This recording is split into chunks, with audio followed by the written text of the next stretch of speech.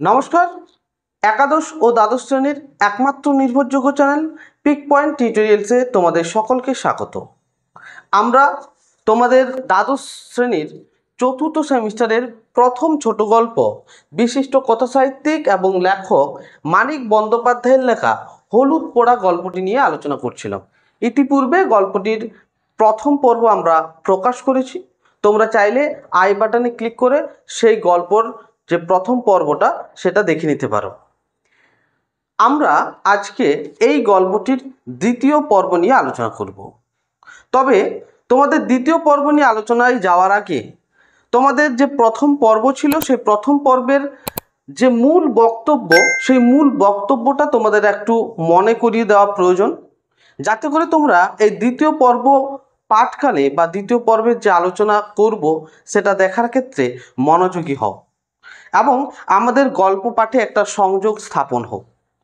তো আমাদের যে প্রথম পর্ব ছিল সেই প্রথম পর্বের আলোচনায় মূলতভাবে যে বিষয়গুলো উঠে এসেছিল তার একটা সার সংক্ষেপ আমি এখানে লিখে রেখেছি। না, প্রথম পর্বে আমরা প্রথমেই হলুদ পোড়া গল্পটি কোন গ্রন্থ থেকে নেওয়া, তার ইংরেজি অনুবাদ কে করেছিলেন এবং মানিক বন্দ্যোপাধ্যায়ের প্রকৃত নাম কি, এই সমস্ত বিষয় নিয়ে তো আলোচনা করেইছিলাম। তার সাথে সাথে প্রত্যেকটা লাইন ধরে ধরে আমরা বুঝিয়ে দিয়েছিলাম যে প্রত্যেকটা লাইনের অর্থ কী এবং গল্পের মূল বিষয়টা কী। তো আমরা যখন প্রথম পর্ব আলোচনা করেছি, অর্থাৎ তোমাদের 33 পাতার তার রক্ত মাংসের হাত দিয়ে এতটা পর্যন্ত যখন আমরা আলোচনা করছি, সেক্ষেত্রে বেশ কয়েকটা তথ্য আমাদের এখানে উঠে এসেছিল। কি কি তথ্য আমরা প্রথম পর্বে পেয়েছিলাম? প্রথম পর্বের আলোচনার শুরুতেই আমরা কার্তিক মাসে দুটো খুনের কথা আমরা জানতে পারি। সেই খুনগুলো 3 দিনের অন্তরে গ্রামের মধ্যবয়স্ক বলাই চক্রবর্তীর খুন হয়েছিল এবং যুবতী গর্ভবতী নারী শুভ্রার খুনের ঘটনা। অর্থাৎ গ্রামের শুরুতে প্রথমেই দুটো খুন হয় এবং তারা কেন খুন হয়েছিল সে নিয়ে গ্রামের মানুষের মনের মধ্যে নানাবিধ প্রশ্ন উঠে আসে। প্রসঙ্গক্রমেই আমরা জানতে পেরেছিলাম যে শুভ্রার দাদা, অর্থাৎ যার নাম হলো ধীরেন, তিনি বিজ্ঞান চেতনার বা বিজ্ঞান বিষয়ের একজন শিক্ষার্থী ছিলেন।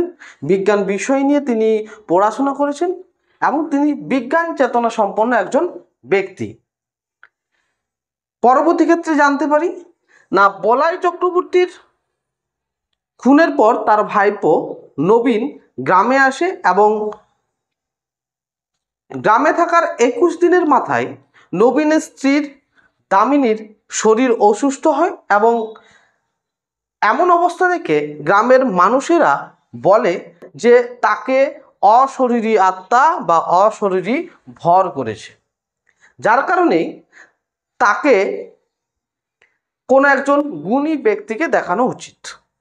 বিজ্ঞান চেতনা সম্পন্ন ধীরেন শাহপুরের কৈলাস ডাক্তারকে ডাকার কথা বললে সেই গায়ের একজন বড় অর্থাৎ বয়স্ক ব্যক্তি যার নাম পঙ্কজ ঘোষাল, তিনি গুণী কুঞ্জ মাঝিকে ডাকতে বলেন এবং পরবর্তীকালে আমরা দেখতে পাই যে কুঞ্জ মাঝি এসে দামিনীকে একটি খুঁটির মধ্যে তার চুলগুলো দিয়ে বেঁধে দেয় এবং বিভিন্ন মন্ত্র আওড়াতে থাকে এবং মন্ত্র আওড়ানোর পাশাপাশি কি করে না, একটি হলুদ পোড়া নিয়ে কি করে তার নাকের কাছে নিয়ে যায় এবং নাকের কাছে নিয়ে যাওয়া মাত্রই মোটামুটিভাবে সে শান্ত হয়ে যায় এবং তারপরে আমরা জানতে পারি যে দামিনী বলে যে সে নাকি শুভ্রা এবং বলাই চক্রবর্তী তাকে খুন করেছে।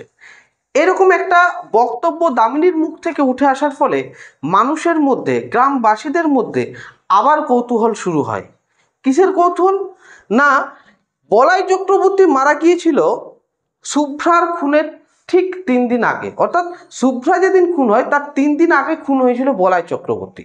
তাহলে যার খুন আগে হয়েছে সে কি করে পরবর্তী একজনকে হত্যা করতে পারে বা খুন করতে পারে, সেই নিয়ে সকলের মনে একটা কিন্তু প্রশ্ন ঘুরপাক খাচ্ছিল এবং সেই প্রশ্নের উত্তরের সাপেক্ষেই আবার পঙ্কজ ঘোষাল বলে যে হতে পারে যে দিনক্ষণ সব ঠিক থাকলে অশরীরী আত্মাও কোনো শরীরকে ভর করে কিন্তু হত্যা করতে পারে।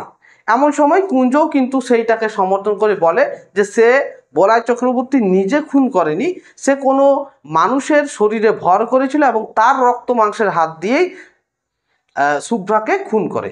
তো এই ছিল আমাদের প্রথম পর্বের মূল আলোচনার বিষয়। অর্থাৎ প্রথম পর্বে আমরা মেনলি বুঝতে পেরেছিলাম গ্রামের খুনের কথা এবং তার সাথে দামিনীর শরীরে যে শুভ্রার আত্মা প্রবেশ করেছে তার একটা প্রতিচ্ছবি কিন্তু আমরা পেয়েছিলাম। এখন আমরা যে দ্বিতীয় পর্বটা আলোচনা করব, অর্থাৎ আমাদের এই গল্পের শেষ পর্বটা যে আলোচনা করব, সেখানে মূলতভাবে আমরা বুঝতে পারবো যে আমাদের এই গল্পটা পাঠের মূল উদ্দেশ্য কী, এই গল্পটা পাঠের মাধ্যমে মানিক বন্দ্যোপাধ্যায় কি বোঝাতে চেয়েছেন। এখানে দেখো, আজকের পাঠের শেষে আমরা বুঝতে পারবো যে সমষ্টিগত কুসংস্কার কিভাবে বিজ্ঞান চেতনা সম্পন্ন মননকে গ্রাস করে কুসংস্কারকে বিশ্বাস করতে বাধ্য করায় তারই একটা প্রতিচ্ছবি। তাহলে আমরা আমাদের দ্বিতীয় পর্বের যে পাঠ, সেই পাঠের লাইন ধরে ধরে আলোচনা শুরু করি। তবে আলোচনায় যাওয়ার আগে তোমরা যারা আমাদের ভিডিও নতুন দেখছো, তোমাদের কাছে একটা ছোট্ট অনুরোধ, আমাদের ভিডিওগুলো যদি তোমাদের ভালো লেগে থাকে অবশ্যই আমাদের ভিডিওগুলোতে লাইক দিবে এবং সেই সঙ্গে আমাদের চ্যানেলটি সাবস্ক্রাইব করে রাখবে, যাতে করে পরবর্তী ক্ষেত্রে তোমাদের পাঠের অন্যান্য অধ্যায়ভিত্তিক যে আলোচনা তার ভিডিও তোমরা তাৎক্ষণিকভাবে পেয়ে থাকো। সেই সঙ্গে তোমরা চাইলে আমাদের টেলিগ্রাম চ্যানেলে যুক্ত হতে পারো, তার যে কিউআর কোড আমরা স্ক্রিনে দিয়ে দেবো, তোমরা কিউআর কোড স্ক্যান করে কিন্তু আমাদের টেলিগ্রাম চ্যানেলে যুক্ত হতে পারো। শুরু করি আজকের আলোচনা। না, যাকে সে ভর করেছিল তার কিছু মনে নেই, মনে কি থাকে? অর্থাৎ যাকে সে ভর করেছিল, অর্থাৎ দামিনীকে যে শুভ্রা ভর করেছিল তার কিন্তু কোনো কথা মনে নেই। এক রাত্রে অনেক কান ঘুরে পরদিন সকালে এই কথাগুলি ধীরেনের কানে গেল। অগ্রহায়ণের উজ্জ্বল মিঠে রোদ তখন চারিদিকে ছড়িয়ে আছে। বর্ষার পরিপুষ্ট গাছে আর আগাছার জঙ্গলে যেন পার্থিব জীবনের ছড়াছড়ি। বাড়ির পিছনে ডোবাটি কচুরিপানায় আচ্ছন্ন, গাঢ় সবুজ অসংখ্য রসালো পাতা, বর্ণনাতীত কোমল রঙের অপরূপ ফুল। তালগাছের গুড়ির ঘাটটি কার্তিক মাসেও প্রায় জলে ডুবেছিল, এখন জল কমে অর্ধেকের বেশি ভেসে উঠেছে।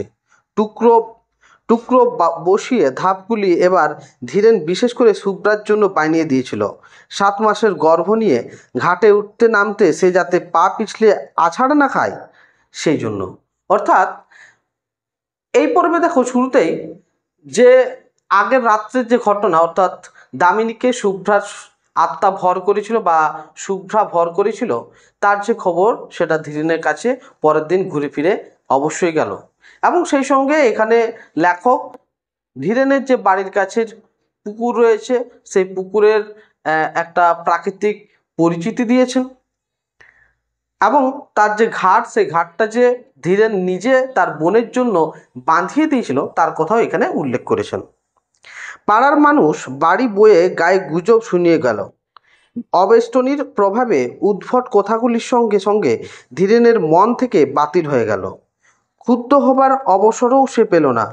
ডোবার কোন দিক থেকে কিভাবে কে সেদিন সন্ধ্যায় ঘাটে এসেছিল এই পুরনো ভাবনা সে ভাবছিল অনেকক্ষণ থাকে। অর্থাৎ কিভাবে শুভ্রা খুন হলো, কে বা কারা এসে শুভ্রাকে খুন করলো সেই নিয়ে সে চিন্তায় মগ্ন। প্রথমত মানিক বন্দ্যোপাধ্যায় বোঝাতে চেয়েছেন যে ধীরেন একজন বিজ্ঞান চেতনা সম্পন্ন ব্যক্তি, সুতরাং এই যে দামিনীর শরীরে শুভ্রার আত্মা ভর করেছে এই কথাটা সে কখনোই তোয়াক্কা করেনি। তার মনের মধ্যে একটাই চিন্তা যে ভর সন্ধ্যার মধ্যে কে বা কারা এসে কেন শুভ্রাকে খুন করে গেল সেই নিয়ে চিন্তা ভাবনা। তাই সে ভাবতে লাগলো। একমাত্র এই ভাবনা তাকে অন্যমস্ক করে দেয়। ক্ষোভ ও বিষাদের তার এত প্রাচুর্য এখন যে মাঝে মাঝে কিছুক্ষণের জন্য অন্যমনস্ক হতে না পারলে তার অসহ্য কষ্ট হয়। অন্য কোনো বিষয়ে তার মন বসে না। ভাতের থালায় সামনে ধরে দিয়ে শান্তি বলল, আমার কিন্তু মনে হয় তাই হবে, নইলে শান্তি তাহলেকে এখানে আরেকজনের পরিচিতি পাচ্ছে। শান্তি আসলে হলো এই ধীরেনের স্ত্রী। তাহলে ধীরেনের স্ত্রী সে ভাবছিল, খেতে বসে বলল যে আমার কিন্তু মনে হয় তাই হবে। কটমট করে তাকিয়ে ধীরেন ধমক দিয়ে বলল, চুপ, যা খুশি মনে হোক তোমার, আমায় কিছু বলবে না, খবরদার। অ্যাকচুয়ালি এটা খবরদার না, খবরদার। যখন খুব বেশি রেগে থাকে কেউ, তখন আহ, শব্দ বা বর্ণগুলোর উচ্চারণ এদিক ওদিক হয়ে যায়, তো খবরদারের বদলে খবরদার উচ্চারণ হয়েছে। স্কুলে যাওয়ার পথে যাদের সঙ্গে দেখা হলো, মুখে তারা কিছু বলল না, কিন্তু তাদের তাকানোর ভঙ্গি যেন আরো স্পষ্ট জিজ্ঞাসা হয়ে উঠল, কথাটা কিন্তু কিভাবে নিয়েছো তুমি? পুরুত ঠাকুর তাকে অনেকক্ষণ দাঁড় করিয়ে রেখে দোষ মোচনের জন্য দরকারি ক্রিয়াক্রমের বিষয় আলোচনা করলেন, উপদেশ দিলেন। বিশেষ করে বলে দিলেন যে স্কুল থেকে ফেরবার সময় বাড়ি থেকে সে যেন তার নিজের ও বাড়ির সকলের ধারণের জন্য মাদুলি নিয়ে যায়। স্কুলে পা দেওয়ার পর থেকে ধীরেনের মনে হতে লাগলো সে যেন বাইরের কোনো বিশিষ্ট অভ্যাসগত স্কুল পরিদর্শন করতে এসেছে। তার 7 বছরের অভ্যস্ত অস্তিত্বকে আজ এক মুহূর্তের জন্য কেউ ভুলতে পারছে না। অর্থাৎ ধীরেন যখন স্কুলে যাচ্ছে, বিভিন্ন ব্যক্তিদের সাথে দেখা হচ্ছে, ধীরেনের মুখ চেয়ে সবাই যেন তাকে একটা প্রশ্নবোধকভাবে, জিজ্ঞাসুভাবে তাদের দিকে তাকিয়েছিল। পুরুত মশাই তাকে বলে যে সে নিজের জন্য এবং বাড়ির সকলের জন্য যেন মাদুলি নিয়ে যায়। প্রথম ঘন্টাটাতেই ক্লাস ছিল। অর্ধেক ছেলে আড়ষ্ট হয়ে বসে আছে, বাকি অর্ধেক নিজেদের মধ্যে গুজগাজ ফিসফিস করছে। নিজেকে জীবন্ত ব্যাঙের মতো মনে হচ্ছিল। বইয়ের পাতায় চোখ রেখে ধীরেন পড়াতে লাগলো। চোখ তুলে ছেলেদের দিকে তাকাতে পারল না। বইয়ের পাতায় চোখ রেখেই সে পড়ালো, কারণ তার মধ্যেও একটা দ্বিধা দ্বন্দ্ব চলছে। গ্রামের সকলেই যে বিষয়টাকে বিশ্বাস করতে শুরু করেছে, একমাত্র ধীরেনই হলো একজন যে কিন্তু এটাকে কোনো দৈবিক ঘটনা বা ভৌতিক ঘটনা হিসেবে মানতে নারাজ। সুতরাং সকলেই যখন সেই জিনিসটাকে মানছে, তখন নিজেকে কীরকম একটা অপরাধী বোধ করছে, কারণ নিজেকে সে ভাবছে সে হয়তো নিজে ভুল, বাকি সবাই ঠিক। তো এই বিষয়টাই মূলতভাবে মানিক বন্দ্যোপাধ্যায় তুলে ধরতে চেয়েছেন, যে যখন সমষ্টিগত কুসংস্কার আমাদের সামনে এসে দাঁড়ায়, তখন একজন বিজ্ঞান চেতনা সম্পন্ন ব্যক্তিকেও মানতে বাধ্য করায় যে সেটা কোনো ভৌতিক ঘটনা। ঘন্টা কাবার হতেই হেডমাস্টার ডেকে পাঠালেন, অর্থাৎ ঘন্টা বাজার পরেই হেডমাস্টার তাকে ডেকে পাঠালেন। তুমি 1 মাসের ছুটি নাও ধীরেন। 1 মাসের ছুটি? মথুরবাবু এইমাত্র বলে গেলেন আজ থেকেই ছুটি পাবে। আজ আর তোমার পড়িয়ে কাজ নেই। মথুরবাবু স্কুলের সেক্রেটারি। মাইলখানেক পথ হাঁটলে তার বাড়ি পাওয়া যায়। চলতে চলতে মাঝপথে ধীরেনের মাথাটা কেমন ঘুরে উঠল। কদিন থেকে হঠাৎ চেতনায় ঝাঁকি লেগে মাথাটা তার এইরকম ঘুরে উঠেছে। চিন্তায় ও অনুভূতির আকস্মিক পরিবর্তনের সঙ্গে এই ঝাঁকি লাগে, অথবা এমনই ঝাঁকি লেগে তার চিন্তা অনুভূতি বদলে যায়। আর এমনই ঝাঁকি লাগে যে কখনো কখনো তার চিন্তা অনুভূতি সমস্তটা যেন পাল্টে যায়। গাছতলায় কিছুক্ষণ বিশ্রাম করে সে বাড়ির দিকে পা বাড়ালো। মথুরবাবু এখন হয়তো খেয়ে দিয়ে বিশ্রাম করছেন। এখন তাকে বিরক্ত করা উচিত হবে না। স্কুল থেকে তাড়িয়ে দেওয়া হয়নি, 1 মাসের ছুটি দেওয়া হয়েছে। 1 মাসের মধ্যে মথুরবাবুর সঙ্গে দেখা করার অনেক সময় সে পাবে। আজ গিয়ে হাতে পায়ে না ধরাই ভালো। মথুরবাবুর যদি দয়া হয়, তিনি বুঝতে পারেন যে তার বোন খুন হয়েছে বলে দামিনীর ঘোষণার ফলে তার বোনের কাল্পনিক কেলেঙ্কারি নিয়ে চারিদিকে হইচই হচ্ছে বলে তাকে দোষী করা উচিত নয়, তাহলে মুশকিল হতে পারে। অর্থাৎ এখানে সে তখনও চিন্তা করছে যে এই যে হইচইটা পড়ে, যেটা সমস্তটাই একটা কাল্পনিক ঘটনা। ছুটি বাতিল করে কাল থেকে কাজে যাবার অনুমতি হয়তো তিনি দিয়ে বসবেন। এতক্ষণ খেয়াল হয়নি। এখন সে বুঝতে পেরেছে নিয়মিতভাবে প্রতিদিন স্কুলে ছেলেদের পড়ানোর ক্ষমতা তার নেই। মথুরবাবুর সামনে গিয়ে দাঁড়াতে লজ্জা হচ্ছে। চেনা মানুষের সঙ্গে দেখা হয়ে যাবার ভয়ে সে মাঠের পথ ধরে বাড়ি চলেছে। বাড়ি গিয়ে ঘরের মধ্যে লুকোতে হবে। দুর্বল শরীরটা বিছানায় লুটিয়ে দিয়ে ভারী মাথাটা বালিশে রাখতে হবে। অর্থাৎ এই যে গ্রামের মধ্যে একটা কাল্পনিক ব্যাপার নিয়ে হইচই পড়ে গেছে, একমাত্র ধীরেন সে এই ঘটনাটাকে বিশ্বাস করেনি। বাকি গ্রামের ইভেন অন্যান্য গ্রামের যে গ্রামবাসীরা তারা কিন্তু এই বিষয়টাকে বিশ্বাস করতে শুরু করেছে। একমাত্র ধীরেন শুধু এই বিষয়টা বিশ্বাস করতে চায়নি। তাই নিজেকে হীনমন্যতায় ভুগতে থাকে সে। সে ভাবতে থাকে যে সে নিজে সত্যি কিনা, সে যা পড়েছে যা শিখেছে সেগুলো সত্য কিনা। ফলে তার মনের মধ্যে একটা দ্বিচারিতা দেখা দেয়। সারা দুপুর ঘরের মধ্যে শুয়ে বসে ছটপট করে কাটিয়ে শেষবেলায় ধীরেন উঠোনে বেরিয়ে এলো। মাজা বাসন হাতে নিয়ে শান্তি ঘাট থেকে উঠে আসছিল। ডোবার ধারে প্রকাণ্ড বাঁশঝাড়টায় ছায়ার মানুষের মতো কি যেন একটা নড়াচড়া করছে। ধীরেন আর্তনাদ করে উঠল, কে ওখানে, কে? শান্তির হাতের বাসন ঝনঝন শব্দে পড়ে গেল। উটিপটি উটিপড়ি করে কাছে ছুটে এসে ভয়ার্ত কণ্ঠে সে জিজ্ঞেস করলো, কোথায়, কে, কোনখানে? বাঁশঝাড় থেকে চেনা গলা আওয়াজ এলো, আমি মাস্টারবাবু বাঁশ কাটছি। কে তোকে বাঁশ কাটতে বলেছে? শান্তি বলল, আমি বলেছি। খেন্তি পিসি বলল, নতুন একটা বাঁশ কেটে আগা মাথা একটু পুড়িয়ে ঘাটের পথে আড়াআড়ি ফেলে রাখতে, ভোরে উঠে ছড়িয়ে দেব, সন্ধ্যের আগে পেতে রাখবো। তুমি যেন আবার ভুল করে বাঁশটা ডিঙ্গিয়ে যেও না। অর্থাৎ এখানেও আরেকটা কুসংস্কারের একটা দিক আমরা খুঁজে পাচ্ছি, যে রাস্তার মধ্যে বাঁশ পুড়িয়ে, দুই দিকে বাঁশটা পুড়িয়ে যদি রাখা হয় তাহলে নাকি অশরীরী বা অশুভ কোনো কিছুই সেই বাঁশ ডিঙ্গিয়ে আসতে পারে না। সন্ধ্যার আগেই শান্তি আজকাল রাঁধা বাড়া আর ঘরকন্নার সব কাজ শেষ করে রাখে। অন্ধকার ঘনিয়ে আসার পর ধীরেকে সঙ্গে না নিয়ে বড় ঘরের চৌকাঠ পার হয় না। ছেলে মেয়েদেরও ঘরের মধ্যে আটকে রাখে। সন্ধ্যা থেকে ঘরে বন্দি হয়ে ধীরেন আকাশ পাতাল ভাবে আর মাঝে মাঝে সচেতন হয়ে ছেলে মেয়েদের আলাপ শোনে। ছোট পিসি ভূত হয়েছে, ভূত নয় পেত্নী, বেটা ছেলে ভূত হয়। অর্থাৎ ছেলে মেয়েরা নিজেদের মধ্যে গল্প করছে যে ছোট পিসি নাকি ভূত হয়েছে, আরেকজন বলছে ভূত নয় পেত্নী, বেটা ছেলেরা ভূত হয়। ঘরের মধ্যেও কারণে অকারণে শান্তি ভয় পেয়ে আঁতকে ওঠে। কাল প্রথম রাত্রে একটা পেঁচার ডাক শুনে ধীরেনকে আঁকড়ে ধরে গোঙাতে গোঙাতে বমি করে ফেলেছিল। বড় ঘরের দাওয়ার পূর্ব প্রান্তে বসে তামাক টানতে টানতে দিনের আলো ম্লান হয়ে এলো। এখানে বসে ডোবার ঘাট আর দুধারের বাঁশঝাড় ও জঙ্গল দেখা যায়। জঙ্গলের পর সেনেদের কলা বাগান, সেনেদের কাছারি ঘরের পাশ দিয়ে দূরের বসেদের মোজা পুকুরের তীরে মোরা গজারি গাছটার ডগা চোখে পড়ে। অন্ধকার হবার আগেই কুয়াশায় প্রথমে গাছের, তারপর সেনেদের বাড়ির আবছা হয়ে ঢাকা পড়ে গেল। তুমি কি আর ঘাটের দিকে যাবে? শান্তি এবার জিজ্ঞেস করলো। অর্থাৎ সে বাড়ির মধ্যে বসে বসেই তামাক খাচ্ছিল এবং তামাক খেতে খেতেই সে কিন্তু দূরের যে ঘাট, পুকুর, ডোবা এবং বাঁশঝাড়, গজারি গাছের চূড়া সেগুলো দেখছিল। সেই মুহূর্তেই শান্তি তাকে জিজ্ঞেস করে যে তুমি ঘাটের দিকে যাবে কিনা।